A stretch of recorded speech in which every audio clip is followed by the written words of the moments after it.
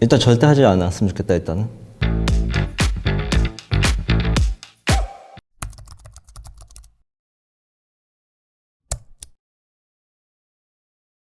안녕하세요. 안녕하세요. 장중에 오지 말라 그랬잖아. 마이크 차가운데 보세요. 들켰네. 여기 많이 늘었어요. 눈치 빨라? 구독자분이 얘기하시더라고요. 이 친- 마이크 차고 장중에 오지 말라니. 이 친구 눈치가 빠른 친구구만. 주식 잘하겠어? 무슨 일이고. 아, 에코프로 BM 숏 잡았었잖아요. 아직 그래. 들고 있나요? 들고 있지. 모르고 있네. 모르고 있어도 문제지. 아니 월요일이잖아. 그럼 현재 사실 오늘 월요일 오전 10시 기준 에코프로 BM이 오르고 있는데 뭘 놓친 거죠? 포스코 MT가 놓쳤어. 포스코 지금 계열사들 전체가 저번 주부터 시세가 쭉 나고 있어가지고 2차 전지가 투심이 죽을 만도 한데 다시 올라왔어. 전체 투자 심리가 다시 올라왔어 포스코 때문에. 그럼 전체 어쨌든 2차 전지 시장에 대한 투심이 올라오니까 에코프로 BM도 거기에 같이 이제 오른다라고 볼 수 있는 건가요?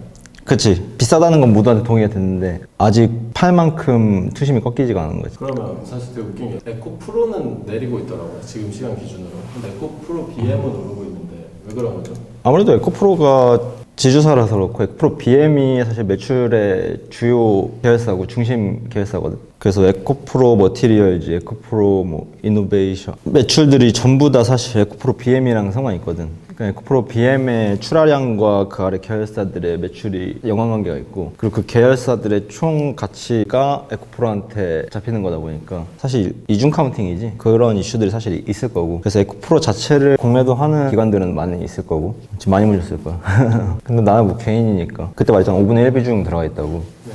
그래서 아직 부담스러운 정도는 아니고 아무래도 포스코 쪽 계열사들이 2차 전지 투심을 올려주면서 시세를 돌린다? 이러면 아마 포지션을 조금 더 잡을 것 같아. 그럼 그거는 숏 포지션을 더 잡는다는 얘기죠? 에코프로의 한정에서 포스코 쪽은 사실 아직 비싸다고 모두가 동의될 만큼 그런 가격은 아니기 때문에 근데 어쨌든 시세가 포스코 쪽에서도 막 지금 일어나고 있는데 조정기가 있을 거야. 그래서 2차 전지 자체가 어떻게 보면 에코프로 BM이 꺾이는 데까지 시간이 굉장히 오래 걸릴 거라고 생각했거든. 길면은 뭐 여름까지도 천천히 빠질 수 있다고 생각하고 그 뒤에서 이 추세적인 아무래도 하방이 나온다거나 이거 굉장히 롱텀인 거지. 그래서 처음에 비중을 되게 적게 들어간 거야. 오래 버텨야 되기 때문에. 그래서 전체적으로 방향성이 더 크게 나온다 그러면 그때 비중을 더 늘릴 생각이고 일단 현재로서는 옛날 뭐 셀트리온의 실수를 반복하지 않아야 되니까 광기에 내가 반기를 들면 안 되지.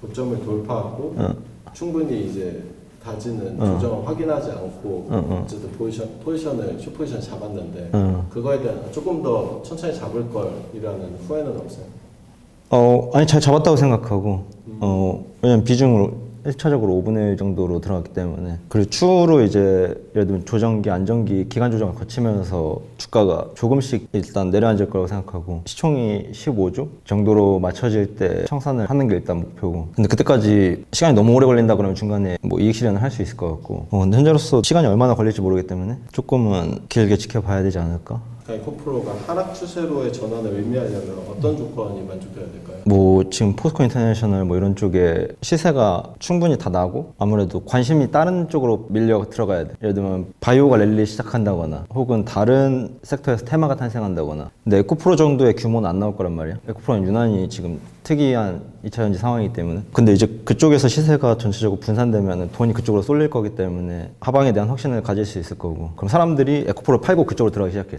시장에서는 바이오가 이번에 또 랠리인가? 뭐 AI 쪽이 또 이번에 랠리 하나? 그럼 사람들이 이제 잠깐은 2차 전지에 지금 매몰되어 있지만 시간이 지나면은 사람들이 관심사는 그런 쪽으로 이동한단 말이야. 그러면은 에코플로우를 들고 있는 주주들도 팔고 거기 가서 똑같이 위대한 기업이다라고 종토 많이 쓰고 있다.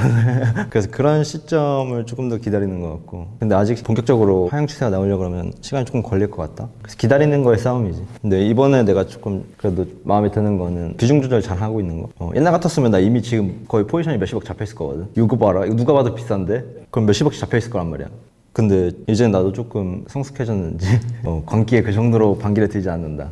30대 중반에 좀 봐야 되니까. 그치. 이제 40살쯤 되면은 컨디션 조절 더 잘하지 않을까. 40살에 내가 기대되는데. 40살까지 봐주세요. 궁금한 게 사실 지금 일부 커뮤니티에서는 에코프로 공매도와의 전쟁을 막 선포하자, 막 우리 더 매수 늘리자 이런 얘기가 나오는데 쇼스키즘이 우려되지는 않아요. 아마 저번 주가 4월물에 이제 선물 만기가 있었는데 그때 아마 1차적으로 나는 많이 매도 포지션자들이 포지션이 청산됐다고 생각하고 물론 이제 현물로서 공매도가 들어가 있는 사람들은 기간 제한이 훨씬 더 자유롭기 때문에 월마다 청산할 필요는 없거든. 계속 롤오버가 가능하기 때문에. 그래서 기관 자금들이 공매도 돼 있는 건 사실 소식해직 나기가 쉽지 않아. 이미 났다고 봐야 되고 어느 정도. 날 사람들 다 났고 깡통 찰 사람들 찼다. 왜냐면 밸류에이션 지금 거의 적정 가격보다 뭐 5-6배 높다라고 평가되기도 하기 때문에 그 가격 넘어서부터 공매도 친 사람들은 중간에 이미 다 털렸을 거야. 2-3배 오르면서. 그러면서 주가가 더 이제 펌핑되긴 했겠죠.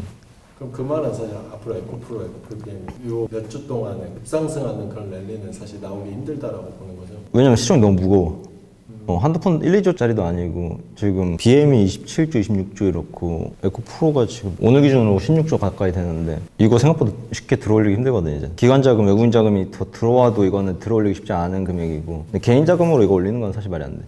개인 자금들도 한계가 있고 이미 들어올 사람 다 들어와 있고 그래서 이제 시장 관심이 1차적으로 에코프로 BM 혹은 2차 전지에서 약간씩 다른 섹터로 이동되는 게 주요 관찰 시점인 것 같고 이번 주에 집중해서 좀 볼 동향? 근데 사실 내가 트레이딩에 가까이 있는 사람이었다 그러면 아마 에코프로 BM의 숏을 일부 잡아두고 포스코 쪽을 롱으로 거래하는 게 원래 데이 트레이딩에서는 올바른 전략이 맞아. 모멘텀에서 거의 뭐 스캘핑 이제 데이 트레이딩 그냥 따라다니면서 하는 게 맞고 그러면서 수익률을 극대화하는 게 맞거든.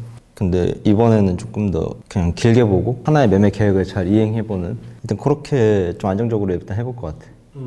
이번 주 매매 계획은 또 따로 있을까요?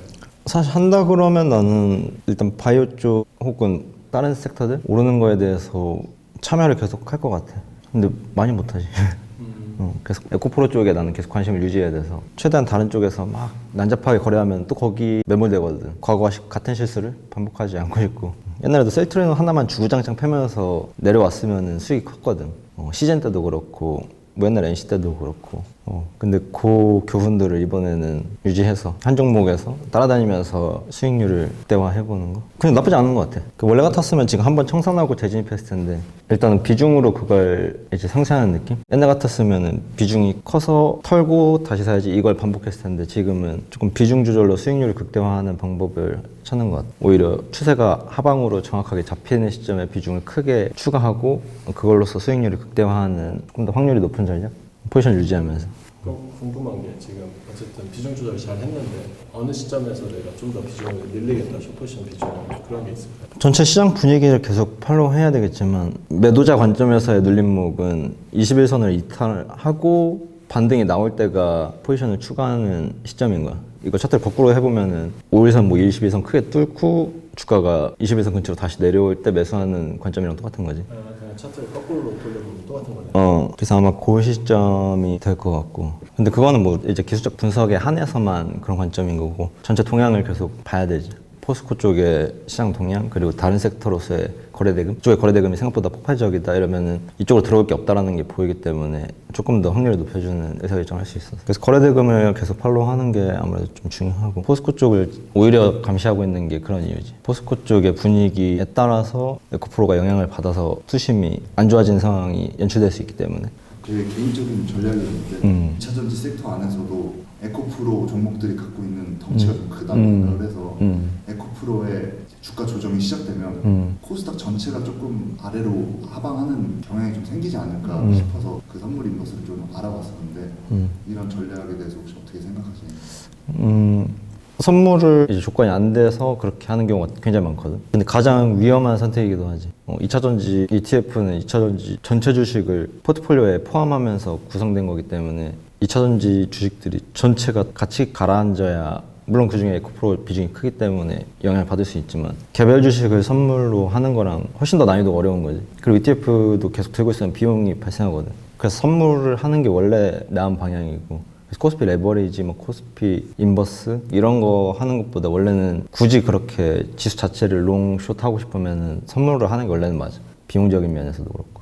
근데 가장 위험하지. 탑 트레이더들도 가장 안 하는 게 지수 맞추는 거야. 그게 제일 힘들어. 왜냐면 매크로는 맞추기가 되게 힘들거든. 근데 개별 주식에 대한 고평가는 아무래도 훨씬 더 밸류에이션 하기 쉽기 때문에 이런 거래를 하는 거고. 근데 이걸 보고 그렇게 이제 할 수 있는 방법이 없어서 지수를 숏치거나 2차 전지 산업 섹터 전체를 그렇게 매도하려고 하면은 훨씬 위험한 선택이고 불리한 선택이야. 개인으로서 할 수 있는 가장 불리한 선택. 현대차에서 이제 24조를 전기차 섹터에 투자를 하겠다. 에코프로의 주가나 현재 2차 전지 산업의 주가에도 좀 영향을 아마도 그런 뉴스는 지난 시간에 충분히 있었다고 생각하고 뭐 IRA나 뭐 미국의 뭐 2032년인가까지 내연기관을 배척하겠다 약간 이런 뉴스들이 충분히 많이 나왔기 때문에 현대차는 그 작은 부분 중에 하나고 그리고 에코프로비엠의 전체 출하량 캐파를 보면은 유럽 쪽이 한 49% 그렇고 북미 쪽이 한 29, 31 정도 되고 나머지가 아시아 쪽인데 20% 정도밖에 물량이 안 돼. 그러니까 그렇게 현대차 하나가 임팩트를 줄 수 있는 관계는 없고 또 전체 전기차 투자 금액에 비해서 24조는 30년까지 그렇게 큰 금액이 또 아니고 그리고 그건 배터리에 투자한다기보다는 아마 현대차 자체의 설비 투자에 투자될 가능성이 훨씬 높고 에코프로에 주주가 되면은 현대차가 24조를 전기차에 투자한다 그러면 갑자기 에코프로가 좋아 보여. 근데 그 생각을 하면 안 되는 거지. 물론 전기차랑 그 배터리 그리고 양극재랑 관련이 깊지만 좀 분리해서 평가할 줄 알아야 되는 거지. 어떤 회사에 납품하고 있고 어떤 회사에 그치. 연결돼 있는지 좀 더 디테일하게 공부해볼 필요가 확실히 있는 그치. 고객사들을 파악하고 그리고 에코프로의 전체 캐파에서 출하량들을 이제 보고서를 통해서 조금 이해하고 있으면은 그거랑 분리해서 평가할 수 있지. 그러니까 그게 신호인지 소음인지 분리하려면 그런 데이터가 필요한 거지. 그럼 다음에 한번 2차 전지 쪽 산업에 대해서 좀 한번 공부해보는 것도 찍어보면 좀 좋을 것 같아요. 그거 꼼파다 있는데? 그게 선구안이었어. 그때 그거 보고 샀어야 돼. 그러니까 그때 그거 들었어야 돼요. 거기 이미 대부분의 지식들이 분석돼 있기 때문에. 그럼 어쨌든 오늘 좋은 얘기 잘 들었는데 마지막으로 지금 에코프로가 어쨌든 많은 주목을 받고 있잖아요. 그리고 우리 영상 보고 사실 시옷 포지션에 대한 관심을 많이 가지시는 분들도 계실 텐데 마지막으로 조금 해줄 수 있는 이야기가 있다면? 일단 절대 하지 않았으면 좋겠다 일단은. 제가 전문 투자자가 아닌 경우에서 전문 투자자는 뭐 이미 하고 있는 경우가 많겠지만 개인 투자자들이 하기에는 일단 너무 낯선 개념이고 그 배워야 할 개념들이 되게 많아. 파생 쪽은 워낙 그 개념들이 너무 익숙치 않은 것들이 많고 용어도 이해하기 어려운 경우가 많거든. 그리고 본인이 진짜 이 주식이 비싸다고 확신할 수 있어서 그걸 하는 경우는 별로 없어. 누가 비싸다고 하니까 이게 비싸 보여서 그렇게 하는 경우가 대부분이거든. 근데 그럴 때 숏은 진짜 위험하고 그리고 쉽게 빠지지 않기 때문에 생각보다 오랜 시간이 걸린다. 근데 이거는 일반 훈련되지 않은 투자자들한테는 기다리기 힘들기 때문에 훨씬 힘들어. 생각보다 숏은 빨리 떨어질 것 같잖아. 비싸기 때문에. 근데 생각보다 그 안에서 되게 많은 비용들이 발생하고 그리고 백워데이션이라는 개념을 이제 막상 맞이하게 되면은 머리가 터질 것 같은 생각이 들 거야. 미래 가격이 현재 반영돼서 이미 선물 가격이 빠져 있으니까 그러면 10몇 % 막 빠져서 처물이 거래되고 있는 경우도 있거든. 그러니까 다음 달 가격을 이미 현재 선물 가격에 반영해서 거래되고 있는 거야. 선수들이 다 거기 들어가 있기 때문에. 그러니까 훨씬 난이도가 높고 여러분들이 생각하는 것만큼 그렇게 큰 돈 벌어주다 주는 개념이 아니다. 저도 이것만 하는 게 아니라 롱 잡고 숏 잡고 뭐 당일 장투하고 이런 것들이 전체적으로 수익률을 극대화하기 위한 하나의 이제 파트 오브 파트인 거지. 이걸 해서 제가 부자 됐다 이런 건 전혀 아니거든요. 저는 사실 숏으로 손실 본 것도 엄청 많았기 때문에 숏으로 제가 엄청나게 뭐 그렇게 수익 낸 건 크진 않나요. 그것들에 대한 환상을 조금 없앴으면 좋겠다. 때가 되면 제가 알려드리겠습니다. 알겠습니다. 네. 오늘도 감사합니다. 네, 그럼 저는 다음 시간에 뵙도록 할게요. 안녕.